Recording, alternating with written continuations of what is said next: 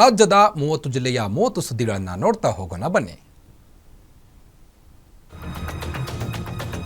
ಕಾಂಗ್ರೆಸ್ ಹಿರಿಯ ನಾಯಕ ಕೆಎನ್ ರಾಜಣ್ಣರನ್ನ ಸಚಿವ ಸ್ಥಾನದಿಂದ ವಜಾ ಮಾಡಲಾಗಿದೆ. ಈ ಕುರಿತು ರಾಜ್ಯಪಾಲರಿಂದ ಅಧಿಕೃತ ಪತ್ರ ರವಾನೆಯಾಗಿದ್ದು ತಕ್ಷಣದಿಂದ ಜಾರಿಗೆ ಬರುವಂತೆ ಸಂಪುಟದಿಂದ ತೆಗೆದುಹಾಕಲಾಗಿದೆ.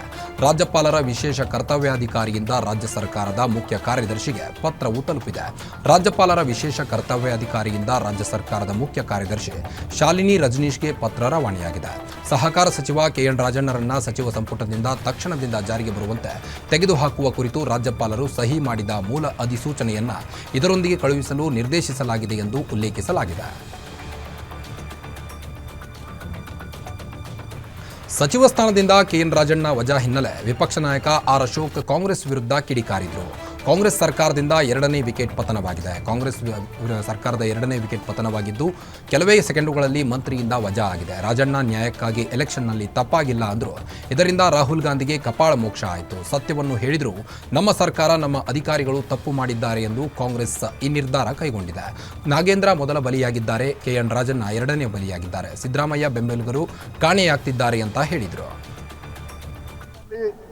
ತಪ್ಪಾಗಿಲ್ಲ ಅಂತೇಳಿ ಸತ್ಯ ಹೇಳಿದರು. ರಾಹುಲ್ ಗಾಂಧಿಗೆ ಕಪ್ಪಾಳ ಮೋಕ್ಷ ಆಯಿತು. ಕಪ್ಪಾಳ ಕೊಡದಿಲ್ಲ ಅಷ್ಟೇ, ಕಪ್ಪಾಳ ಮೋಕ್ಷ ಆಯಿತು. ಅದರ ರಿವೆಂಜನ್ನು ರಾಹುಲ್ ಗಾಂಧಿ ತೀರಿಸ್ಕೊಂಡಿದ್ದಾರೆ. ಪ್ರಜಾಪ್ರಭುತ್ವದಲ್ಲಿ ಪ್ರತಿಯೊಬ್ಬರಿಗೂ ಮಾತಾಡೋ ಹಕ್ಕಿದೆ. ಸತ್ಯವನ್ನು ಹೇಳಿದ್ದಾರೆ. ನಮ್ಮ ಸರ್ಕಾರ ಇತ್ತು, ನಮ್ಮದೇ ಅಧಿಕಾರಿಗಳು ತಪ್ಪು ಮಾಡಿದ್ದಾರೆ. ಇದರಲ್ಲೇನು ಮಿಸ್ಟೇಕ್ ಇದೆ? ಮೊದಲು ವಾಲ್ಮೀಕಿಯಲ್ಲಿ ಫಸ್ಟ್ ಬಲಿ ನಾಗೇಂದ್ರ, ಎಸ್ ಟಿ ವಾಲ್ಮೀಕಿ ಜನಾಂಗ. ಎರಡನೇ ಬಲಿ ತುಮಕೂರು ಕೋಆಪರೇಟಿವ್ ಮಿನಿಸ್ಟರ್ ರಾಜಣ್ಣ ವಾಲ್ಮೀಕಿ. ಅಂದರೆ ಕಾಂಗ್ರೆಸ್ ಸರ್ಕಾರದಲ್ಲಿ ವಾಲ್ಮೀಕಿಗಳಿಗೆ ರಾವ್ ಕಾಲ ಬಂದಿದೆ, ರಾವ್ ಕಾಲ ಪ್ರಾರಂಭ ಆಗಿದೆ. ಕಾಂಗ್ರೆಸ್ ಅವ್ರಿಗೆ ಅವ್ರು ಕಂಡ್ರೆ ಆಗಲ್ಲ. ರಾಹುಲ್ ಕಾಲ, ಈಗ ರಾಹುಲ್ ಕಾಲ ಅವ್ರಿಗೆ ರಾಹುಲ್ ಕಾಲದಿಂದ ಈ ಎರಡು ಸ್ಥಾನಗಳು ಹೋಗಿದೆ. ಕಾಂಗ್ರೆಸ್ ಪಾರ್ಟಿ ಇವತ್ತು ನಾನು ಅಕ್ಟೋಬರಲ್ಲಿ ಕ್ರಾಂತಿ ಆಗುತ್ತೆ ಅಂತ ಹೇಳ್ತಾ ಇದ್ದೆ. ಆಗಸ್ಟಲ್ಲೇ ಶುರುವಾಗ್ಬಿಟ್ಟೈತೆ ಕ್ರಾಂತಿ ಆಗೋಕ್ಕೆ. ಸಚಿವ ಸ್ಥಾನದಿಂದ ರಾಜಣ್ಣ ವಜಾ ಹಿನ್ನೆಲೆ ಜೆಡಿಎಸ್ ಶಾಸಕ ಪಕ್ಷದ ನಾಯಕ ಸುರೇಶ್ ಬಾಬು ಪ್ರತಿಕ್ರಿಯಿಸಿದ್ದಾರೆ. ನಮ್ಮ ಜಿಲ್ಲೆಯ ಶಾಸಕರಾದ ಕೆಎನ್ ರಾಜಣ್ಣ ತಲೆದಂಡ ಮಾಡಿರುವುದು ವಿಷಾದನೀಯ. ಕಾಂಗ್ರೆಸ್ ಹೈಕಮಾಂಡ್ ನಾಯಕರ ಮಹದೇವಪುರದ ಮತಗಳತನ ಆರೋಪ ಮಾಡಿದರು. ಆದರೆ ನಮ್ಮ ಸರ್ಕಾರದಿಂದ ತಪ್ಪಾಗಿದೆ ಎಂದು ರಾಜಣ್ಣ ಹೇಳಿದರು. ಅದಕ್ಕೆ ತಲೆದಂಡ ಆಗಿದೆ. ಕಾಂಗ್ರೆಸ್ ಸರ್ಕಾರದ ಈ ತೀರ್ಮಾನ ಮಾಡಿರುವುದು ಶೋಚನೀಯ ಅಂತ ಹೇಳಿದರು. ಪುಲ್ವಾನ್ಪ ಅಂತಕ್ಕಂಥವರು ಕೂಡ 9ನೇ ವಿಧಾನಸಭೆಯಲ್ಲಿ ಇಂಡಿಯನ್ ಸದಸ್ಯ ಸ್ಥಾನಕ್ಕೆ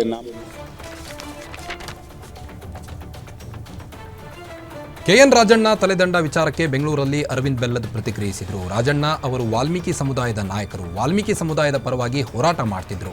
ರಾಹುಲ್ ಗಾಂಧಿ ಹೇಳಿದ್ದು ಸುಳ್ಳು ಅಂತ ಮಂತ್ರಿ ಹೇಳಿದ್ದಕ್ಕೆ ಅವರ ವಿರುದ್ಧ ಆಕ್ಷನ್ ತೆಗೆದುಕೊಂಡಿದ್ದಾರೆ. ಇದು ಪ್ರಜಾಪ್ರಭುತ್ವದ ವಿರೋಧಿ ನಡೆ. ಕಳೆದ ಅಧಿವೇಶನದಲ್ಲಿ ಡಿಕೆಎಸ್ ಮೇಲೆ ಅವರು ಹೆಸರು ಹೇಳಿದ ಹನಿ ಟ್ರ್ಯಾಪ್ ವಿಚಾರ ಆರೋಪ ಮಾಡಿದ್ರು. ಅವರಿಗೆ ಸಚಿವ ಸ್ಥಾನದಿಂದ ತೆಗೆಯುವ ಮೂಲಕ ಇಂದು ಸಿದ್ದರಾಮಯ್ಯ ಅವರಿಗೆ ದೊಡ್ಡ ಹೊಡೆತವನ್ನ ಡಿಕೆ ಶಿವಕುಮಾರ್ ಕೊಟ್ಟಿದ್ದಾರೆ ಅಂತ ಹೇಳಿದರು. ರಾಹುಲ್ ಗಾಂಧಿ ಅಲ್ಲಿ ಹೋಗಿ ಪ್ರೊಟೆಸ್ಟ್ ಮಾಡಿದ್ರು.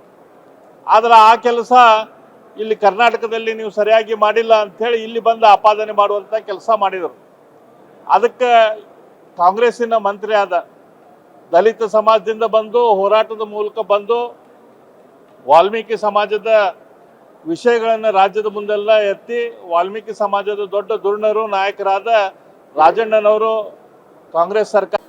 ಕಾಂಗ್ರೆಸ್ಸಿನ ನಾಯಕರಾದ ರಾಹುಲ್ ಗಾಂಧಿ ಅವರು ಒಬ್ಬ ಸುಳ್ಳಿನ ಸರ್ದಾರ ಅಂಥೇಳಿ ಇಡೀ ರಾಜ್ಯಕ್ಕೆ, ಇಡೀ ದೇಶಕ್ಕೆ ಇವತ್ತು ಗೊತ್ತಾಗಿದೆ.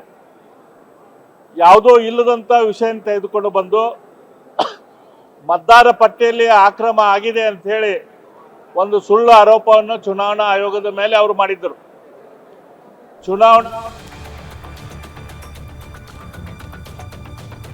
ಕಾಂಗ್ರೆಸ್ನಲ್ಲಿ ಸತ್ಯವಂತರಿಗೆ ಜಾಗವಿಲ್ಲ ಅನ್ನೋದು ಸ್ಪಷ್ಟವಾಗಿದೆ ಅಂತ ಬೆಂಗಳೂರಲ್ಲಿ ಎಂಎಲ್ಸಿ ಸಿಟಿ ರವಿ ಕಿಡಿಕಾರಿದ್ರು. ಚುನಾವಣಾ ಆಯೋಗದ ಮೇಲೆ ಪ್ರಧಾನಮಂತ್ರಿಗಳ ಮೇಲೆ ರಾಹುಲ್ ಆರೋಪ ಮಾಡಿದ್ರು. ಆದರೆ ರಾಜಣ್ಣ ಸತ್ಯ ಹೇಳುವ ಕೆಲಸವನ್ನ ಮಾಡಿದ್ರು. ಎಲೆಕ್ಷನ್ಗೂ ಮೊದಲೇ ಕರಡು ಪ್ರತಿ ಕೊಟ್ಟಿರೋದನ್ನ ನೋಡಬೇಕಿತ್ತು. ಆಗ ನೋಡಿಕೊಳ್ಳದು ಬಿಟ್ಟು ಈಗ ಚುನಾವಣಾ ಅಕ್ರಮ ಆಗಿದೆ ಅನ್ನೋದು ಸರಿನಾ ಅಂತ ಎಂಎಲ್ಸಿ ಸಿಟಿ ರವಿ ಪ್ರಶ್ನಿಸಿದ್ರು. ಒಂದು ಸಭಾಪತಿಗಳು ಪೀಠದಿಂದ already made a request in the month of March ಅಂತ ನಾನೆಲ್ಲ ಕೇಳಿದೆ.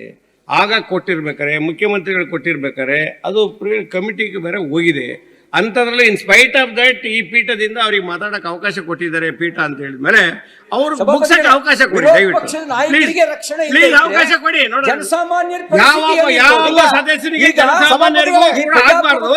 ಅವ್ರೇನೋ ಹೇಳ್ತಾ ಇದ್ದಾರೆ, ಸತ್ಯಾಸತ್ಯತೆ ಹೊರಗಡೆ ಬರಲಿ, ಅವ್ರಿಗೆ ಹೇಳಕ್ ಅವಕಾಶ ಕೊಡಿ ದಯವಿಟ್ಟು. ಒಂದ್ ನಿಮಿಷ ಮಾನ್ಯ ಸಿಟಿ ರವರೇ, ಒಂದ್ ನಿಮಿಷ ಮಾನ್ಯ ಸಿಟಿ ರವರೇ, ಸಂಬಂಧ ಇಲ್ಲದ ಮಾತಾಡ್ತಾರೆ. ಹೇಳಿ ಒಂದ್ ನಿಮಿಷ.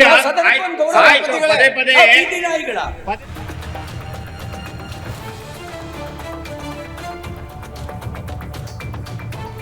ಕೆಎನ್ ರಾಜಣ್ಣ ತಪ್ಪೇನು ಮಾತಾಡಿಲ್ಲ, ಸತ್ಯವಾಗಿರುವುದನ್ನ ರಾಜಣ್ಣ ಮಾತಾಡಿದ್ದಾರೆ ಅಂತ ಗ್ಯಾರಂಟಿ ನ್ಯೂಸ್ಗೆ ವಿಧಾನ ಪರಿಷತ್ ಸದಸ್ಯ ಎನ್ ರವಿಕುಮಾರ್ ಹೇಳಿಕೆ ನೀಡಿದರು. ನಮ್ಮ ಸರ್ಕಾರ ಇದ್ದಾಗ ಮತ ಪರಿಷ್ಕರಣೆ ಆಗಿದೆ ಅಂತ ಹೇಳಿದ್ದಾರೆ.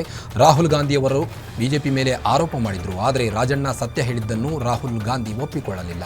ಸಿಎಂ ಸಿದ್ದರಾಮಯ್ಯ ಪರ ನಿಂತ ನಾಯಕನಿಗೆ ವಾಲ್ಮೀಕಿ ಸಮುದಾಯಕ್ಕೆ ಹೊಡೆತ ಆಗಿದೆ. ಸಿದ್ದರಾಮಯ್ಯ ಪರವಾಗಿ ನಿಂತವರ ಮೇಲೆ ಕ್ರಮ ಆಗ್ತಿದೆ. ಇದರ ಹಿಂದೆ ಒಂದು ಷಡ್ಯಂತ್ರ ನಡೆಯುತ್ತಿದೆ ಅಂತ ಹೇಳಿಕೆ ನೀಡಿದರು. ನಮ್ಮ ಸರ್ಕಾರ ಇದ್ದಾಗ ಸಿತ್ಕೊಂಡಿತ್ತು, ಹಂಗಾದ್ರೆ ನಮ್ಮ ಸರ್ಕಾರ ಮೇಲೆ ಆ್ಯಕ್ಷನ್ ತೆಗೆದುಕೊಳ್ಬೇಕಾಗತ್ತೆ ಅಂತ KN ರಾಜಣ್ಣ ಅವ್ರು ಹೇಳಿದರು. ಇದು ಸತ್ಯ ಹೇಳಿದರು. ಇದರೊಳಗೇನು ತಪ್ಪಿದೆ ಅಂದರೆ ರಾಹುಲ್ ಗಾಂಧಿ ಅವರಿಗೆ ಸತ್ಯವನ್ನು ಸಹಿಸ್ಕೊಳ್ತಕ್ಕಂಥ ವ್ಯವಧಾನ ಇಲ್ಲ ಅಂತಾಯಿತು. ರಾಹುಲ್ ಗಾಂಧಿ ಅವರು KN ರಾಜಣ್ಣ ಅವ್ರ ರಾಜೀನಾಮೆಯನ್ನು ತೆಗೆದುಕೊಳ್ಬೇಕು ಅಂತ ಸೂಚನೆ ಕೊಟ್ಟಿದ್ದರಿಂದ ಈಗ ರಾಜೀನಾಮೆಯನ್ನು ತೆಗೆದುಕೊಂಡಿದ್ದಾರೆ. ಇದು ಒಬ್ಬ ST ಸಮುದಾಯದ ನಾಯಕನಿಗೆ, ಒಬ್ಬ ಹಿಂದುಳಿದ ವರ್ಗದ ನಾಯಕನಿಗೆ ಮಾಡಿರ್ತಕ್ಕಂಥ ಒಂದು ಘೋರ ಅಪಮಾನ. KN ರಾಜಣ್ಣ ಅವರು ತಪ್ಪೇನು ಮಾತಾಡಿರಲಿಲ್ಲ, ಸರಿಯಾದನ್ನೇ ಮಾತಾಡಿದರು, ನಿಜವಾಗಿರೋದನ್ನು ಮಾತಾಡಿದರು, ಸತ್ಯವಾಗಿರೋದನ್ನು ಮಾತಾಡಿದರು.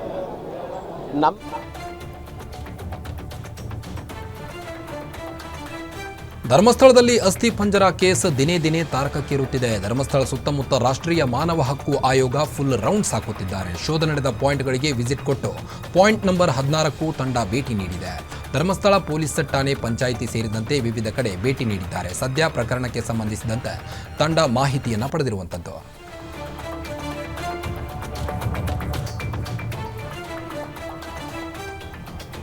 ಧರ್ಮಸ್ಥಳ ಗ್ರಾಮದ ವಿವಿಧೆಡೆ ಹಲವಾರು ಮೃತದೇಹಗಳನ್ನು ಹೂತು ಹಾಕಿರುವುದಾಗಿ ಹೇಳಿಕೆ ನೀಡಿದ ಪ್ರಕರಣದ ತನಿಖೆಯಲ್ಲಿ ಅತ್ಯಂತ ಮಹತ್ವದ ಬೆಳವಣಿಗೆ ನಡೆದಿದ್ದು, GPR ಯಂತ್ರವನ್ನು ಉಪಯೋಗಿಸಿ SIT ತನಿಖೆ ಆರಂಭಿಸಿದೆ. SIT ತಂಡ ಹಾಗೂ GPR ತಜ್ಞರ ತಂಡ ಸಾಕ್ಷಿ ದೂರುದಾರ ಗುರುತಿಸಿದ 13ನೇ ಸ್ಥಳದಲ್ಲಿ GPRನಿಂದ ಪರಿಶೀಲನೆಗೆ ಸಿದ್ಧತೆಗಳು ನಡೀತಾ ಇವೆ. GPR ಯಂತ್ರವನ್ನು ನೇತ್ರಾವತಿ ಸ್ನಾನಘಟ್ಟದ ಸಮೀಪ ಗುರುತಿಸಿದ 13ನೇ ಸ್ಥಳಕ್ಕೆ ತರಲಾಗಿದ್ದು ಕಾರ್ಯಾಚರಣೆ ಆರಂಭಿಸಲಾಗಿದೆ. ನೇತ್ರಾವತಿ ನದಿ ತಟದಲ್ಲಿರುವ 13ನೇ ಸ್ಪಾಟ್ ಕಾರ್ಯಾಚರಣೆ ವೀಕ್ಷಿಸಲು ಸ್ಥಳೀಯರು, ಪ್ರವಾಸಿಗರು ದೌಡಾಯಿಸಿದ್ರು. ಸುತ್ತಲೂ ಖಾಕಿ ಭದ್ರತೆಯನ್ನು ಒಟ್ಟಿಗೆ SIT ಟೀಮ್ ಕಾರ್ಯಾಚರಣೆ ನಡೆಸುತ್ತಿದೆ.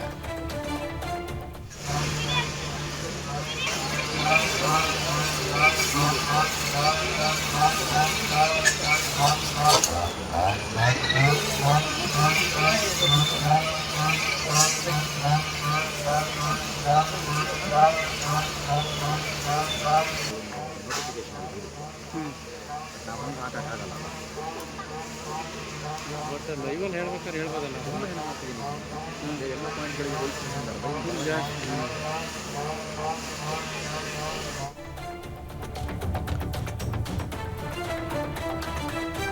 ಧರ್ಮಸ್ಥಳದಲ್ಲಿ ಅಸ್ಥಿ ಪಂಜರ ಕೇಸ್ ದಿನೇ ದಿನೇ ತಾರಕ್ಕೇರುತ್ತಿದ್ದು, ಇದೀಗ ಹುಬ್ಬಳ್ಳಿಯಲ್ಲಿ ಮತ್ತೊಂದು ಕೇಸ್ ದಾಖಲಾಗಿದೆ. ಗಿರೀಶ್ ಮಟ್ಟಣ್ಣನವರ್ ಯೂಟ್ಯೂಬರ್ ವಿರುದ್ಧ ದೂರು ದಾಖಲಿಸಿದ್ದಾರೆ.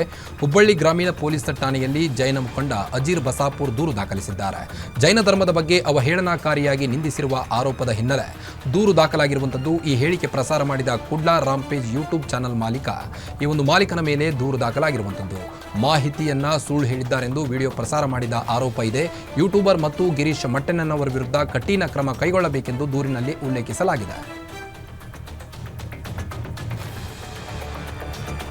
ಧರ್ಮಸ್ಥಳದಲ್ಲಿ ನೂರಾರು ಶವ ಹೂತಿಟ್ಟ ಆರೋಪ ವಿಚಾರಕ್ಕೆ ಶಿವಮೊಗ್ಗದಲ್ಲಿ ಭಕ್ತಾಭಿಮಾನಿ ವೇದಿಕೆಯಿಂದ ಪ್ರತಿಭಟನೆ ನಡೆಸಲಾಯಿತು. ಮಾಜಿ ಡಿಸಿಎಂ ಕೆಎಸ್ ಈಶ್ವರಪ್ಪ ನೇತೃತ್ವದಲ್ಲಿ ಶಿವಮೊಗ್ಗದ ಗೋಪಿ ವೃತ್ತದಿಂದ ಡಿಸಿ ಕಚೇರಿಯವರೆಗೆ ಪ್ರೊಟೆಸ್ಟ್ ನಡೆಸಿದರು. ಗಿರೀಶ್ ಮಠಣ್ಣನವರ್ ಯೂಟ್ಯೂಬರ್ಗಳು ಅನಾಮಿಕನ ವಿರುದ್ಧ ತನಿಖೆಗೆ ಆಗ್ರಹಿಸಿದ್ದಾರೆ. ಒಳಸಂಚಿನಿಂದ ಶ್ರೀ ಕ್ಷೇತ್ರ ಧರ್ಮಸ್ಥಳ ರಕ್ಷಿಸಿ ಎಂದು ಘೋಷಣೆ ಕೂಗಿ ಆಕ್ರೋಶ ಹೊರಹಾಕಿದರು. ಭಕ್ತಾಭಿಮಾನಿಗಳ ವೇದಿಕೆ ಹೋರಾಟಕ್ಕೆ ವಿವಿಧ ಸಂಘಟನೆಗಳು ಸಾಥ್ ನೀಡಿದ್ದಾರೆ.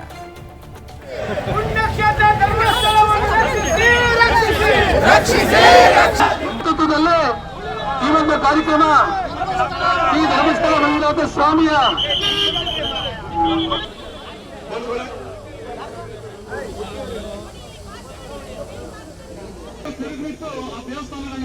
ಇಲ್ಲಿ ಹೊರಹುತ್ತಿದ್ದೆ ಅಂತ ತೋರಿಸ್ತಿದ್ದೇನೆ. ನಾಳೆ ದಿನ ಬೆಳಿಗ್ಗೆ ಮುಖ್ಯಮಂತ್ರಿ ಮನೆಯೂ ಕೂಡ ತೋರಿಸ್ತೇನೆ. ಅವರ ಹೊಡಿತೀರಾ? ಇದೀಗ ಧರ್ಮಸ್ಥಳದಲ್ಲಿ ಏನೆಲ್ಲ ಹುನ್ನಾರ ನಡೀತಾ ಇದೆ?